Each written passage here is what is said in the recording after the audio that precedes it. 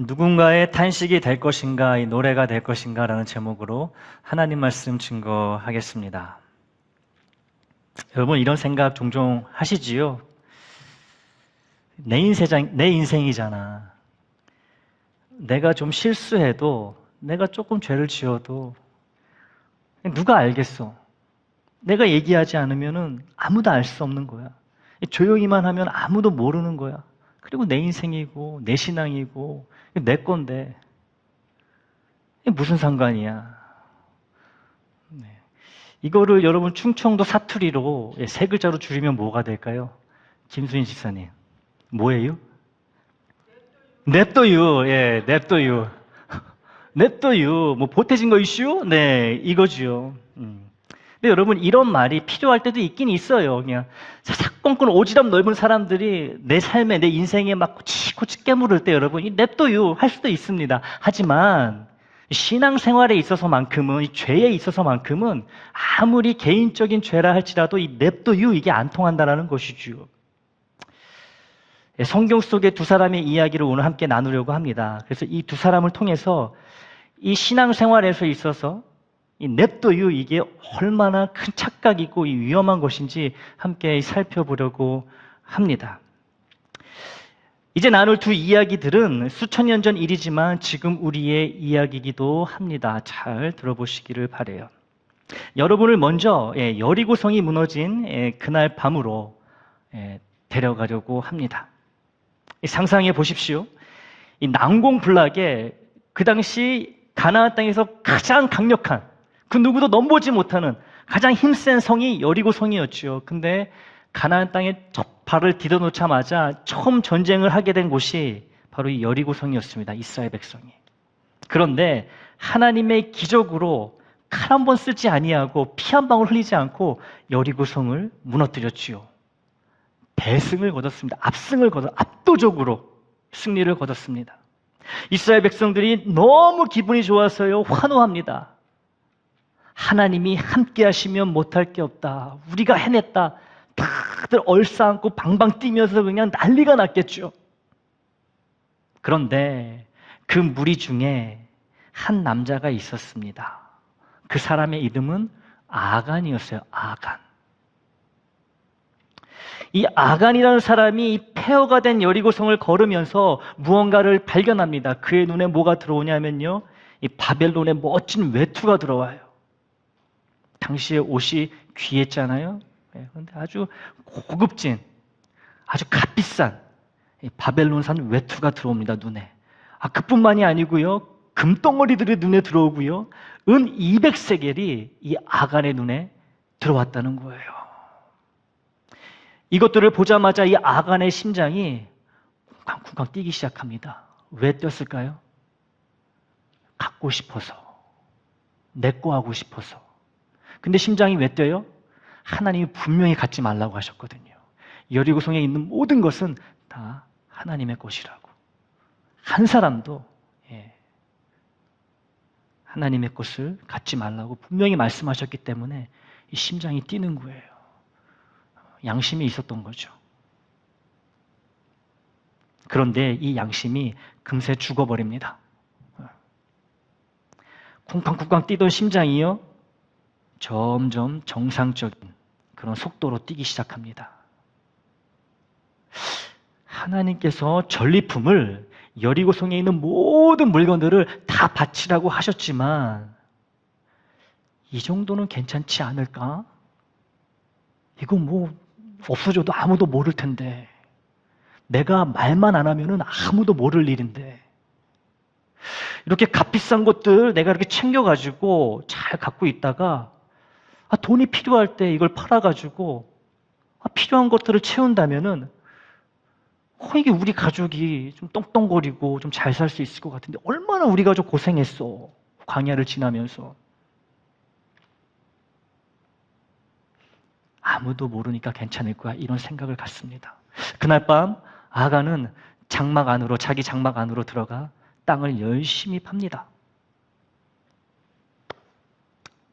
아마 가족들이 자는 사이 그 보물들을 땅속 깊이 은밀하게 묻어버렸겠지요.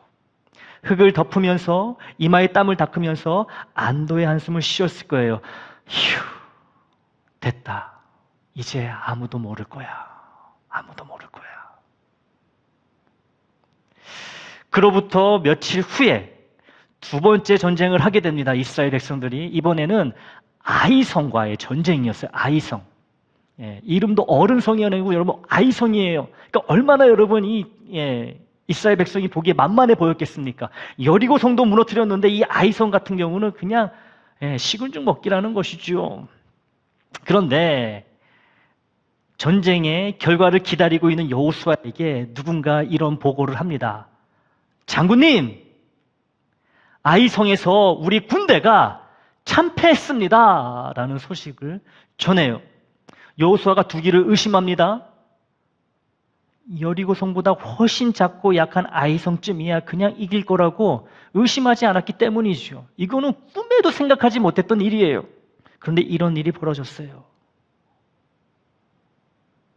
그리고 또 가슴 아픈 소식이 여호수아에게 들려옵니다. 우리 군사 36명이 죽었습니다. 36명. 여러분, 이 전사한 이 36명에게도 각각의 이름들이 있었겠지요. 그죠? 부모가 있었고, 아내가 있었고, 어쩌면 집에서 기다리는 어린 자녀들이 있었을 것입니다. 생글생글 웃으면서 아빠 언제 와? 그들은 그날 전쟁터로 나가면서 웃는 얼굴로 사랑하는 사람들 곁에 속히 돌아올 거라고 생각했을 거예요. 이건 금방이다. 오래 걸리지 않을 싸움이다. 우리가 반드시 이긴다. 여리고성도 이겼는데 이 조그만 성쯤이야. 그런데 안타깝게도 36명이나 되는 귀한 생명들이 돌아오지 못했습니다. 왜요? 그럼 왜예요? 아간의 장막 밑에 묻혀있던 은밀한 그 개인적인 죄 때문에 이런 일이 벌어졌다는 것이지요. 한 명의 은밀한 죄, 냅도유 이것 때문에 36명이 죽은 거예요. 아간도 이 소식을 들었겠지요. 36명의 이 전사자의 이름들을 들으면서 손이 떨렸을 거예요. 내 탓일까? 아니야. 설마. 그냥 우연이겠지. 아간의 마음은 이런 생각이 있었던 것 같아요. 그런데 여러분 이게 우연이었겠습니까? 아니지요. 절대로 우연이 아닙니다. 여러분 우리의 삶에도 아간의 장막이 있지 않습니까? 나만의 은밀한 아간의 장막. 남들이 모를 거라고 믿으며 숨겨둔 부정직한 것들, 공정치 못한 것들, 이 악한 것들.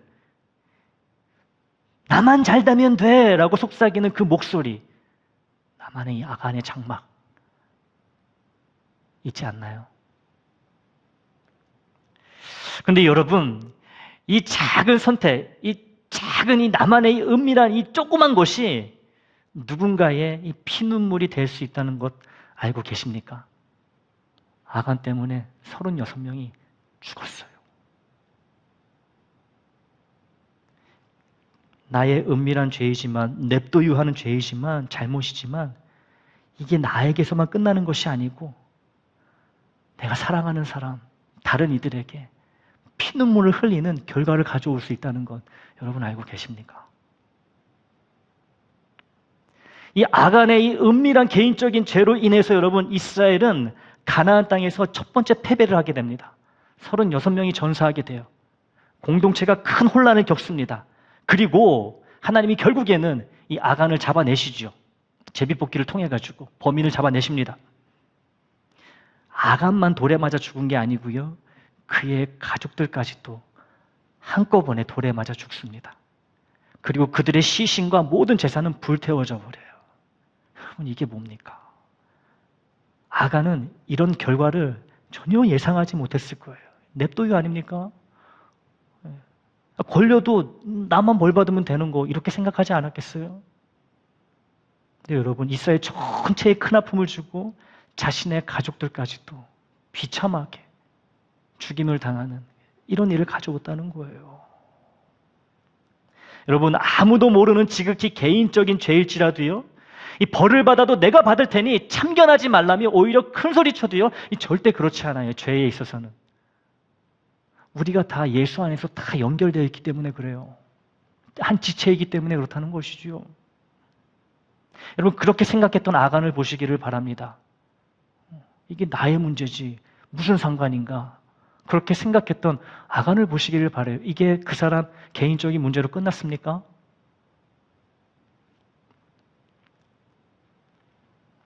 여러분, 나의 죄는요, 나뿐만 아니라 나의 가정, 나의 일터, 나의 교회에 큰 해악을 끼칠 수 있다는 것을 명심하시기를 바랍니다. 진짜로 그래요. 자, 이번에는 그 이전의 사건으로 가보고자 합니다. 아직 이스라엘 백성이 광야 생활할 때, 가나안 땅에 들어가지 못했을 때, 광야 한 군데로 여러분을 모시겠습니다. 이 고라라고 하는 이 존경받는 레위인이 있어요. 레위인, 고라. 그런데 그에게 여러분, 심각한 문제가 하나 있었습니다. 이 고라라고 하는 이 사람이 같은 레위 족속인 모세를 볼 때마다 속이 뒤틀려가지고 견딜 수가 없었던 거예요. 자기 동족이에요. 같은 집합니다. 근데 이 모세를 볼 때마다 자랑스러운 것이 아니고요, 그냥 괴로운 거예요. 아주 꼴 보기 싫은 거예요, 모세가. 왜 항상 모세야? 왜 항상 아론이야? 왜 이 두 사람만 항상 많은 사람들 앞에 나서야 되고 칭송을 받아야 되는 거야? 나도 레위 집하고 나도 할 수 있는데, 아니 나라면 더 잘할 수도 있어. 근데 왜 꼭 두 형제냐고. 이런 마음이 있었던 거예요. 이런 마음이 뭐죠? 어떤 마음이죠? 시기하는 마음, 질투하는 마음이었다는 거예요. 어느 날 이 고라가 사람들을 모으기 시작합니다. 이스라엘 백성들은. 영리한 사람이었어요. 자기 야망을요, 자기 시기심과 질투심을요, 노골적으로 드러내지 않습니다. 자기 속내는 싹 가립니다. 대신 이렇게 말을 했죠. 형제 여러분, 우리 모두가 다 레위 지파로 다 거룩하지 않습니까? 아니 이스라엘 백성이 다 선택받은 민족 아닙니까? 하나님께서 우리 모두와 함께 하시는데 왜 모세하고 아론만 이렇게 특별 대우를 받아야 합니까? 불공평하다는 거예요. 정의롭지 못하다는 거예요. 여러분, 그럴듯하지 않습니까? 이 말 들으면은 맞아. 왜 모세하고 아론만 저렇게 높은 자리에 앉아야 되고 재판할 수도 있고 모든 일을 결정할 수 있고, 왜 모세만 그래야 돼? 왜 아론만 그래야 돼? 우리도 할 수 있는 거 아니야? 평등이라고 하는 여러분 이런 큰 대의를 가지고 와가지고 여러분, 다른 백성들을 현혹을 시키는 거예요. 근데 이거는 사실 포장했던 것이죠. 속내를 아주 포장했던 거예요. 이 고라의 뒤에 숨은 진짜 동기는 뭐예요? 시기심이었다는 거예요. 아주 지독한 시기심이었다는 거예요. 나도 그 자리에 앉고 싶다는 거죠. 나도 모세처럼 칭찬받고 싶다는 거예요. 막 백성들로부터 칭송받고 싶은 거예요. 그리고 그 시기심은 여러분 전염병처럼 무섭게 퍼져나가기 시작합니다. 이스라엘 백성들 사이에. 사람들이 수군거리기 시작했어요. 맞아. 고라 말이 맞아. 왜 우리는 항상 중요한 일에 있어서 배제가 돼야 되는, 왜 빠져야 되는 거야? 이 불평과 원망이 이스라엘 진영 전체를 순식간에 뒤덮어버립니다. 마치 코로나 바이러스처럼. 여러분, 결말이 어땠는지 아시죠? 결말이. 땅이 입을 벌려가지고 여러분 큰 지진이 나가지고요, 고라와 이 고라의 말을 따랐던 사람들을 그대로 삼켜버립니다. 생매장시켜버려요. 그리고 다음 날 이 사건을 원망하던 백성 14,700명이 또 연병에 걸려서 죽게 됩니다. 14,700명이에요. 고라 한 사람이 품었던 냅둬유하는 그 은밀한 시기심이 결국 수만 명의 형제 자매의 생명을 죽음으로 몰아넣는 이 거대한 재앙이 되었다는 거예요. 한 사람에서 시작된 겁니다, 여러분. 한 사람. 이게 죄의 아주 무서운 속성이에요, 여러분. 전염이 된다는 거예요. 전염. 안 좋은 말, 여러분, 안 좋은 생각은요, 너무 쉽게 전염이 됩니다. 반면에 좋은 말, 선한 말은요, 여러분, 힘이 없어요. 우리가 애쓰지 않으면, 그 말을 전하고 전달하고 지키려고 하지 않으면 좋은 말은 금방 꺼져버립니다. 하지만 악한 생각, 악한 말은요, 한번 툭 던져도요, 막 썩어져 나가요, 그냥. 죄의 힘이라는 것이죠.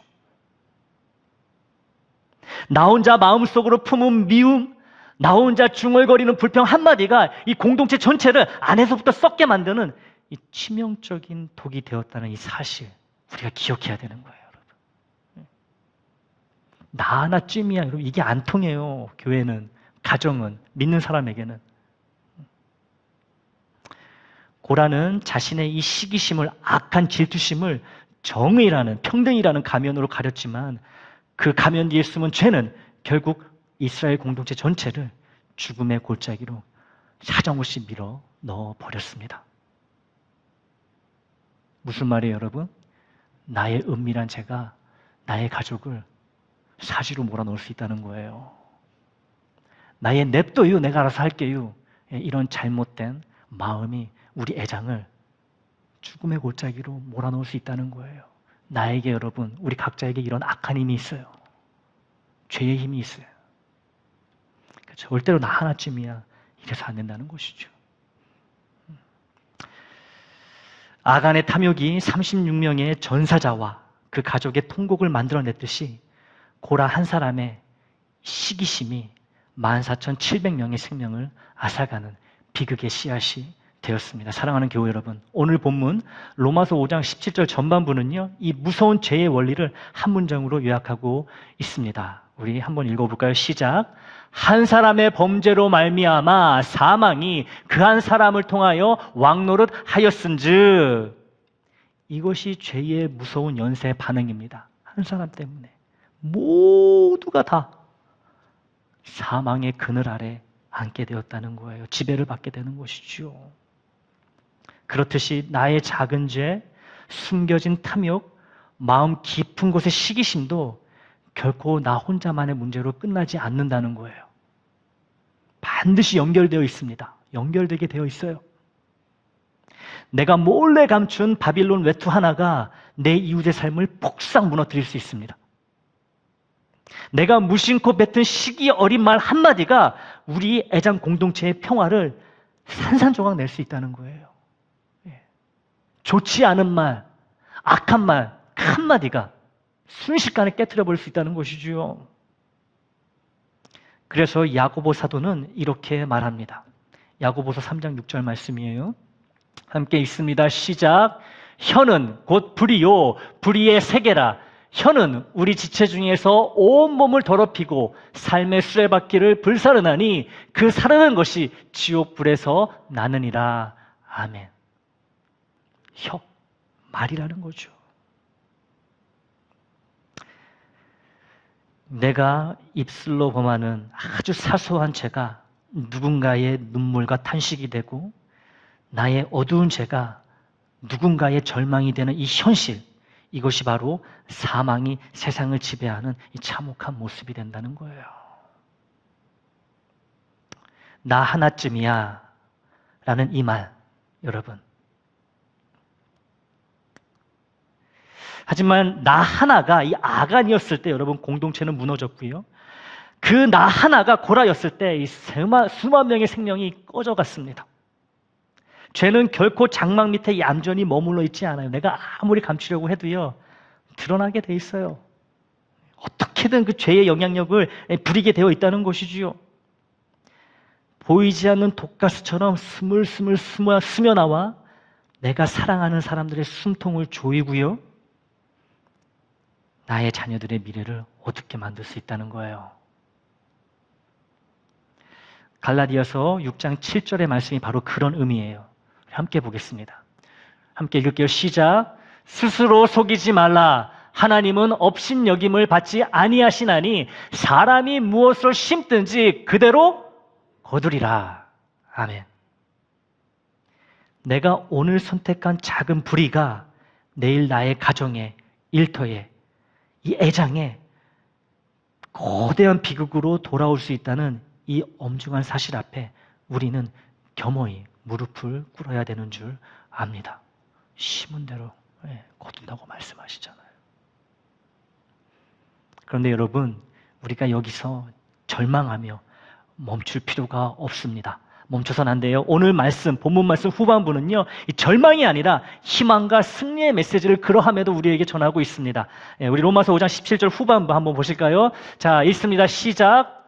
더욱 은혜와 의의 선물을 넘치게 받는 자들은 한 분 예수 그리스도를 통하여 생명 안에서 왕노릇 하리로다. 아멘. 여러분, 아담 한 사람 때문에 사망이 들어왔지만 이제 예수 그리스도 한 분 때문에 생명이 우리 안에 들어왔다는 거예요. 이 생명이 사망을 몰아낸다는 것이죠. 아간의 은밀한 죄가 자신과 가족과 공동체를 무너뜨렸다면 예수님이 지신 십자가는 그 능력을 믿는 자를 반드시 승리로 이끄신다고 오늘 본문은 우리에게 약속하고 있습니다. 믿으시길 바라요. 고라의 시기심이 죽음을 불러왔다면 예수님의 겸손과 희생은 지금 우리에게 영원한 생명을 선물해 주셨습니다. 찬양 받으시기 너무나 합당하시죠. 여러분, 예수 그리스도의 보혈은 아간의 장막 밑에 숨겨진 그 어떤 죄보다도 훨씬 강합니다. 보혈의 능력을 믿으시길 바라요. 아니, 목사님, 그걸 어떻게 믿나요? 그래서 말씀을 준비했습니다. 히브리서 9장 14절이에요. 함께 읽습니다. 시작. 하물며 영원하신 성령으로 말미암아 흠없는 자기를 하나님께 드린 그리스도의 피가 어찌 너희 양심을 죽은 행실에서 깨끗하게 하고 살아계신 하나님을 섬기게 하지 못하겠느냐. 아멘. 의심하지 말라는 거예요. 예수의 그 보혈, 피의 그 능력을 의심하지 말라는 것이죠. 여러분, 우리 예수님의 그 사랑은요, 여러분을 향한 사랑은 고라의 마음을 지배했던 아주 독한 시기심보다 말할 수 없이 더욱 깊습니다. 우리가 예수 안에 거할 때 우리는 더 이상 죄의 노예가 아니라 생명의 능력으로 일어설 수 있는 거예요. 주님의 능력으로 일어설 수 있는 거예요. 믿기만 하면 되는 겁니다. 그리스도께서는 우리의 깨어진 관계를 회복시키시고 우리의 아주 부끄러운 과거를 씻어내시며 우리를 사람과 세상을 치유하는 거룩한 도구로 지금도 이렇게 아름답게 빚어가고 계신 거예요. 예배드리는 이 순간이요, 주님이 우리를 만지시고 빚어가시는 거예요. 이제 여러분 앞에 두 가지의 길이 놓여 있습니다. 하나는요, 나의 죄로 세상을 탄식하게 하는 아담의 길이고요. 다른 한 길은 주님을 향한 순종과 사랑으로 나 자신과 가정과 일터와 교회를 살리는 그리스도의 길입니다. 이 아담의 길과 그리스도의 길이 있어요. 어느 길을 가야 할지 선택할지는 여러분의 몫입니다. 우리 하나님은 강요하지 않으세요. 이것 항상 보여주십니다. 천국과 지옥을 보여주시고요. 생명의 길이냐 사망의 길이냐 보여주십니다. 그리고 왜 생명의 길을 택해야 되는지 이렇게 설명해 주세요. 하지만 결정은 누구 보고 하라고 하십니까? 나 보고 하라고 하시는 거예요. 여러분, 주님 말씀하고 계세요. 아담의 길입니까? 그리스도의 길입니까? 선택하셔야 돼요. 오늘 누군가에게 건네는 따뜻한 한마디 격려, 이 남몰래 행하는 이 정직한 행동 하나, 내 안의 시기심을 눌러버리고 진심 어린 축복을 건네는 것, 이 모든 것이 우리 주님에게는요 결코 작은 것이 아니라는 거예요. 너무너무 귀하게 보신다는 것이지요. 여러분이 일터에서 정직을 선택할 때 그곳에 하나님의 공의가 여러분을 통해 흐르기 시작하는 거예요. 하나님은 그렇게 자녀들을 통해서 일하시길 원하세요. 가장 기뻐하십니다.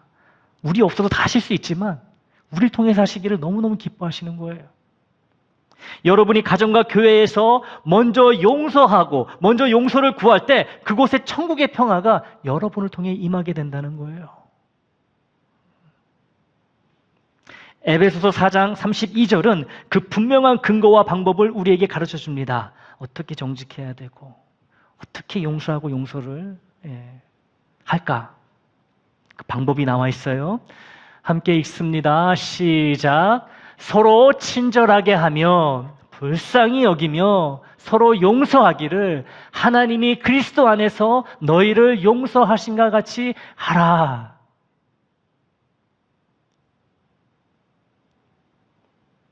여러분, 우리가 먼저 용서할 수 있는 이유는 우리가 이미 하나님께로부터 도저히 갚을 수 없는 용서를 먼저 받았기 때문이에요.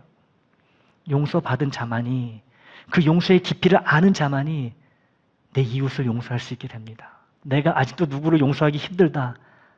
아직 내가 주님으로부터 받은 그 용서의 깊이를 잘 몰라서 그런 거라는 거죠, 여러분.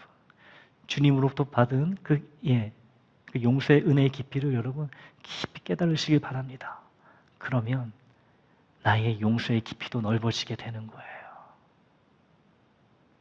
그리스도께서 십자가에서 우리를 불쌍히 여기심으로 그 모든 죄를 덮어주셨던 것처럼 이제 우리도 그 사랑의 힘을 빌려서 내 곁의 사람들을 불쌍히 여기며 용서의 문을 열어야만 합니다. 여러분, 성경이 뭐라 그래요? 우리가 방금 읽은 에베소서 4장에서 서로 불쌍히 여기래요. 그 얘기 뭐예요? 나나 여러분이나 다 불쌍한 존재라는 거예요. 알고 보면은. 다 그냥 목에 힘주고 어깨 피고 나는 괜찮아 이렇게 살아서 그렇죠, 여러분. 알고 보면 뭐예요? 다 불쌍한 인생들이에요. 다 눈물이 없는 인생이 어디 있습니까, 여러분? 알고 보면. 그거 여러분 누가 위로해줘야 돼요? 우리가 위로해줘야 돼요. 서로가 위로해줘야 되는 거예요. 이 교회는 그런 데가 돼야 되는 거예요. 다 불쌍한 거예요. 다 불쌍한 거. 안 불쌍한 척 하지 마세요, 여러분. 그런 사람이 제일 불쌍한 사람이에요. 다 똑같이 불쌍하다, 다 불쌍히 여겨야 된다, 이런 마음을 가지라고 성경은 이야기합니다. 사실이니까. 그러면 여러분 용서할 수 있는 게 많아져요. 다 불쌍하다고 생각하면. 비하하는 게 아닙니다. 여러분 무시하는 게 아니에요. 존중하면서 똑같이 나도 불쌍한데 저 사람도 불쌍하구나. 할 수 있는 게 뭐가 있어요? 불쌍한 사람끼리 용서하는 거예요. 위로하는 거예요. 여러분이 오늘 먼저 미안합니다 라고 말하고 먼저 괜찮습니다 라고 이렇게 안아줄 때 그 작은 순종을 통해 하나님의 그 나라가, 하나님의 평안이 여러분의 거실에, 여러분의 일터에, 그리고 우리 애장 공동체 안에 실제가 되어 나타나게 될 것입니다. 여러분 이게 기적이에요. 다른 게 기적이 아니고 우리가 꿈꿔야 되는 하나님의 능력은 바로 이런 거라는 거죠. 우리가 동참만 하면 되는 거예요. 말씀대로. 이 아간의 죄가 이 전염병처럼 퍼졌듯 여러분의 이 거룩한 순종은 생명의 파동이 되었어요. 파동 아시죠? 파도같이 파동이 되어 우리 가정과 일터 그리고 우리 애장을 살아 숨쉬게 할 것입니다. 이 파동을, 생명의 파동을 계속 만들어내야 돼요. 말씀의 순종함으로. 여러분 한 사람의 변화가 우리 애장 전체를 더욱 새롭고 건강하게 만드는 이 기적의 시작이 될 것입니다. 여러분 기적 바라지 마시고요. 내가 기적이 될 수 있는 거예요. 내가 기적이 됩니다. 작은 거에 순종하면 내가 기적이 되는 거예요. 여러분 나의 삶이 누군가의 탄식이 아니라, 누군가를 아프게 하는 것이 아니라 누군가의 찬양과 노래가 되기를 간절히 소망합니다. 하나님을 기쁘시게 하고 주님을 기쁘시게 하는 자가 여러분 어떻게 이웃과 교우들을 기쁘지 않게 할 수 있겠습니까? 하나님을 기쁘시게 하는데.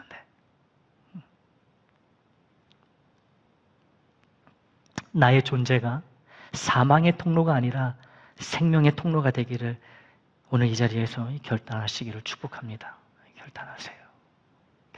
도와주십니다. 그러면 우리가 예수 그리스도 안에서 생명으로 왕노릇할 때 우리의 삶을 통해 이 땅의 탄식은 멈추고 하나님의 나라가 이 땅에 임하게 될 것입니다. 그게 우리 교회의 사명이에요. 애장의 사명입니다. 우리 이 애장이 세상의 기쁨과 노래가 되는 것. 세상은 여전히 어둡고 탄식 소리가 가득하지만 빛 대신 그리스도를 품은 여러분이 있기 때문에 이 세상은 여전히 소망이 있는 줄로 믿습니다. 여러분의 발걸음이 닿는 곳마다 죽음의 권세가 물러가고 생명의 꽃이 예수의 이름으로 피어나기를 바랍니다. 그 놀라운 생명의 역사가 오늘 여러분과 저의 삶 가운데 충만하기를 주님의 이름으로 축복합니다.